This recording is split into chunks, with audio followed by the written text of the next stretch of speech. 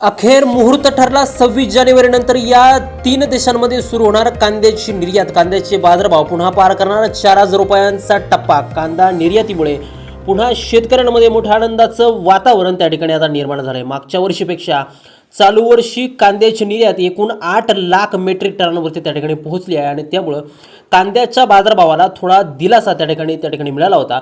परंतु लाल कांदा जेव्हापासून मार्केटमध्ये यायला लागला आणि तोही त्या ठिकाणी उशिरा दाखल झाला, त्यामुळे कांद्याच्या दरामध्ये त्या ठिकाणी आता घसरण झाल्याचं पाहायला त्या ठिकाणी मिळतंय. जानेवारीच्या शेवटच्या आठवड्यात ही लाल कांद्याची जी काय आवक आहे ती आता त्या ठिकाणी कमी होणार असल्याचं त्या ठिकाणी सांगितलं जाते. त्याचप्रमाणे बांगलादेश असेल, दुबई आणि श्रीलंकेमध्ये येत्या 26 जानेवारीनंतर कांद्याची निर्यात ही त्या ठिकाणी पुन्हा पूर्ववत होणार असं त्या ठिकाणी सांगण्यात येते. आणि याच पार्श्वभूमीवरती नेमके कांद्याचे बाजारभाव 4,000 रुपयांचा टप्पा पार करतील असं त्या ठिकाणी कांदा बाजारभाव अभ्यासकांच्या वतीनं सांगण्यात येते. नेमकं या संदर्भात एक महत्त्वाचा अपडेट व्हिडिओच्या माध्यमातून आपण जाणून घेणार. त्यामुळे व्हिडिओ अगदी शेवटपर्यंत काळजीपूर्वक पाहा. चॅनलवरती नवीन असाल चॅनल सबस्क्राईब देखील करा. शेतकरी बंधूंनो, कांद्याचे जे बाजारभाव आहेत ते मागणी आणि पुरवठा या गणितावरती त्या ठिकाणी अवलंबून असतात. सध्या पुरवठा हा त्या ठिकाणी वाढला आहे आणि मागणी कमी झाली, यामुळे कांद्याचे बाजारभाव हे त्या ठिकाणी आता घसरले आहेत. एकंदरीतच कांद्याची लागवड असेल, कांद्याची मार्केटमध्ये होणारी आवक, तसंच राज्याबाहेर आणि देशाबाहेर होणारी जी काय निर्यात आहे आणि त्यामधून जे काय परकीय चलन राज्यामध्ये परिणामी देशामध्ये येतं, या सर्व गोष्टींवरती कांद्याचे बाजारभाव अवलंबून असतात. सध्याचे कांद्याचे बाजारभाव जर आपण पाहिले तर राज्यातील ज्या महत्त्वाच्या बाजार समितीमध्ये लासलगाव असेल, पिंपळगाव, बसवंत, तसंच सोलापूर असेल, पुणे, मुंबई, चांदवड, कळवण अशा बाजार समित्यांमध्ये लाल कांद्याला जवळपास त्या ठिकाणी 12 ते 15 रुपयांचा सरासरी बाजार मिळतोय.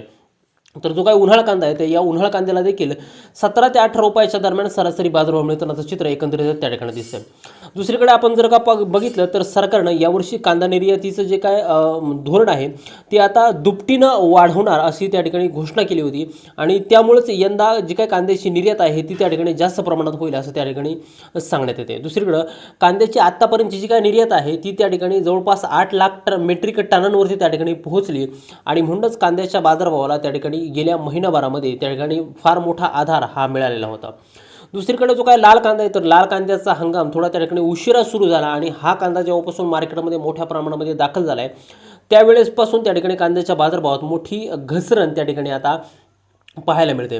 दुसरीकडे जो काय लाल कांदा आहे तो जानेवारीच्या शेवटच्या आठवड्यामध्ये त्या ठिकाणी आता त्याची जी काय आवक आहे ती थोडी त्या ठिकाणी मंदावणार आहे असं त्या ठिकाणी सांगण्यात येते. एकंदरीतच महाराष्ट्रासोबत राजस्थान असेल, मध्य प्रदेश असेल किंवा गुजरात असेल, इकडचा जो काय कांदा आहे तो आता त्या ठिकाणी एकंदरीतच संपला आहे आणि म्हणूनच हे जे काय कांद्याची आवक आहे ती थोडी त्या ठिकाणी मंदावणार आहे. आणि याच पार्श्वभूमीवरती कांद्याला त्या ठिकाणी मध्यंतरी बाजारभाव वाढू शकतात असं बाजारभाव अभ्यासकांच्या वतीनं त्या ठिकाणी सांगण्यात येते. दुसरीकडे दुबई असेल, श्रीलंका असेल आणि बांगलादेश असेल अशा तिन्ही मुख्य निर्यातदार देशांमध्ये पुन्हा एकदा कांद्याची निर्यात ही आता पूर्ववत होणार असल्याची माहिती बाजारभाव अभ्यासकांच्या वतीनं त्या ठिकाणी आता सांगण्यात येतं आणि यामुळं कांदा दरामध्ये फार मोठ्या प्रमाणामध्ये त्या ठिकाणी उसळी पाहायला मिळू शकते असं त्या ठिकाणी सांगण्यात येते. एकंदरीतच या निर्यातीच्या माध्यमातून देखील पुन्हा कांद्याचे बाजारभाव हे साधारण 4,000 रुपयांच्या आसपास जाण्याचे काय संकेत आहेत ते आता त्या ठिकाणी वर्तवण्यात आलेले आहेत. त्यामुळे शेतकरी मित्रांनो, तुमचं जर का कांदा असेल आणि तो जर का मार्केटमध्ये येणार जर असेल तर रोजचे बाजारभाव पाहून कांदा विक्रीचा निर्णय घेणं हे तुमच्यासाठी अतिशय फायदेशीर आणि नफ्याचं ठरू शकतं. त्यामुळे कांद्याचे बाजारभाव पाहूनच कांदा विक्रीचं नियोजन आणि निर्णय घेणं हे तुम्हाला त्या ठिकाणी नफा देणारं ठरू शकतं.